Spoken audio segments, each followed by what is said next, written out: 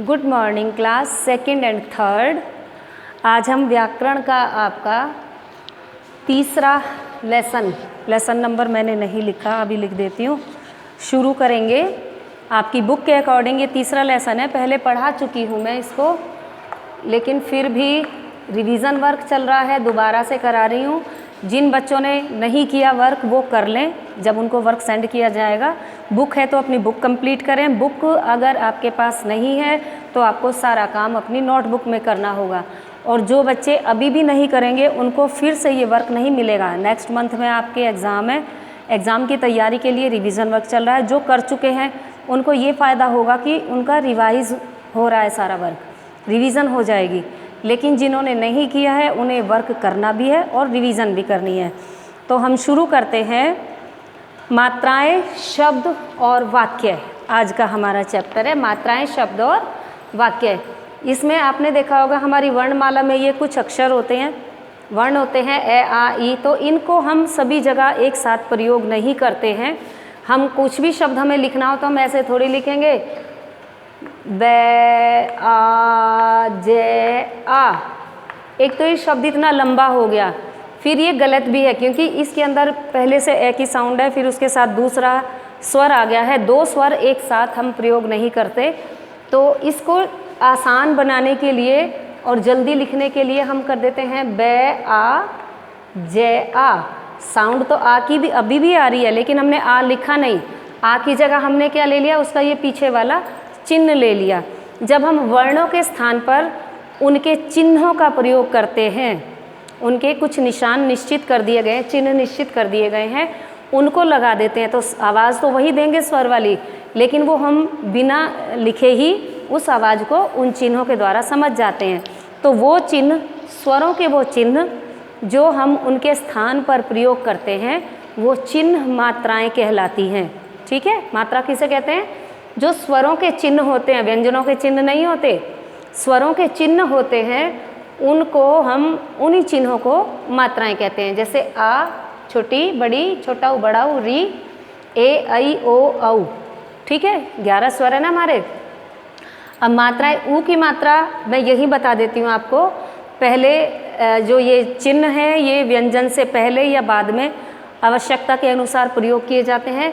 केवल रे एक ऐसा व्यंजन है जिसमें मात्रा ना नीचे लगती है ना इसके ऊपर लगती है, क्योंकि इसकी बनावट इस प्रकार की है कि नीचे ऊपर मात्रा, ऊ की मात्रा, केवल ऊ की मात्रा, ठीक है, उसका प्रयोग ना नीचे करते हैं ना इसके ऊपर करते हैं ना साइड में करते हैं, क्योंकि इसकी बनावट ऐसी है। तो छोटे ऊ की मात्रा का प्रयोग पीछे, छोटा ऊ या बड़ा ऊ हो, दोनों ऊ की मात्रा का प्रयोग रै के पीछे होगा। और दोनों की बनावट में अंतर है। छोटे ऊ की मात्रा ऐसे सीधा आके नीचे से गोल होती है, ठीक है, और बड़े ऊ की मात्रा पहले गोल होती है फिर वो पीछे को लंबी बनती है। ये दोनों मात्राओं में अंतर है। अक्सर लोग छोटे ऊ पे भी और बड़े ऊ पे भी यही मात्रा बना देते हैं, लेकिन अंतर है। छोटे ऊ की जहाँ आवाज़ आएगी, जो शब्द जल्दी बोलेंगे रै के, रै वाले, उनके ऊपर छोटे ऊ की मात्रा ऐसे बनेगी, यहाँ से आके आगे को मुड़ जाएगी गोल, और बड़े ऊ की मात्रा पीछे से गोल होके लंबी हो जाएगी। अब हम कहते हैं कि शब्द, क्योंकि हमारा मात्राएं मैंने क्लियर कर दिया, अब हम आते हैं शब्द पे। शब्द किसे कहते हैं? वर्णों के मेल से शब्द बनते हैं। जब हम वर्णों को ठीक प्रकार से मिलाकर लिखते हैं, अगर मैं वैसे बोलूँ च, छ, मैं, ल, है, कोई बात आपको समझ में आई? नहीं आई ना। लेकिन अगर मैं इन्हीं वर्णों को ठीक से क्रम में लगाकर लिखूं तो आपको बात समझ में आएगी। जैसे, या मैंने इसको अलग लिख दिया कै, कैसे कोई मतलब नहीं है, फिर मैंने लिख दिया ले का भी कोई मतलब नहीं है। एक पहचान तो बनाते हैं कि ले से शुरू होने वाले कई शब्द तो हम बता सकते हैं, लेकिन कोई मीनिंग नहीं है। मैं, कोई मीनिंग नहीं है। लेकिन जब हम इन तीनों वर्णों को मिला देते हैं, कै, ले, मैं, तो एक नया शब्द बन के तैयार होता है, कलम, यानी पेन, जिसके बारे में हम बात कर रहे हैं। इसी तरह से आ जाता है हमारे वाक्य। जब हम शब्दों को ठीक प्रकार से लिखते हैं और उनका कोई मतलब निकल के हमारे सामने आता है तो वो वाक्य कहलाता है। शब्दों के सार्थक मेल को वाक्य कहते हैं।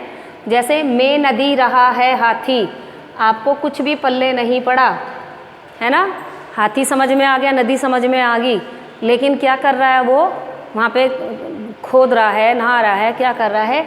अगर हम इन्हीं शब्दों को ठीक प्रकार से लगा दें, क्रमबद्ध तरीके से लिखें, तो पूरी बात एक ही बार में समझ आ जाएगी। हाथी नदी में नहा रहा है, और इसके बाद आ गया पूर्ण विराम। कोई भी वाक्य पूरा होता है तो हम उसके पीछे एक ऐसे लाइन खींच देते हैं, इसको कहते हैं पूर्ण विराम।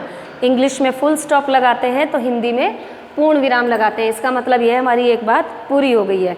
दूसरा है आगे हमारा वाक्य के भाग कितने होते हैं, भेद कितने होते हैं, कितने अंग होते हैं, क्या क्या मिलकर एक वाक्य बनता है। 2 भाग होते हैं, एक उद्देश्य, एक विधेय। अमन अच्छा लड़का है, अमन जिसके बारे में हम बात करते हैं वो हमारा उद्देश्य होता है, ठीक है। और जिसके बारे में हम जो बात करते हैं वो हमारा विधेय होता है। यहाँ पर अमन हमारा उद्देश्य है क्योंकि हम अमन के बारे में बात कर रहे हैं। और क्या बात कर रहे हैं कि वो अच्छा है, बुरा है, मोटा है, पतला है, ये बाकी के पार्ट से, सेंटेंस के बाकी के हिस्से से हमें पता चल रहा है, तो वो हमारा विधेय कहलाता है, ठीक है। इस तरह से ये हमारा चैप्टर कंप्लीट हुआ। इसका वर्क 3rd क्लास को तो मैं आपको बुक के अकॉर्डिंग सेंड कर दूंगी, और 2nd क्लास को थोड़ा चेंज करके उनको सेंड किया जाएगा। सो अपनी बुक और कॉपी कंप्लीट रखें जिससे एग्ज़ाम की अच्छी तैयारी हो सके। और बुक्स नहीं है तो प्लीज़ बुक्स को ख़रीद लीजिए। Thank you.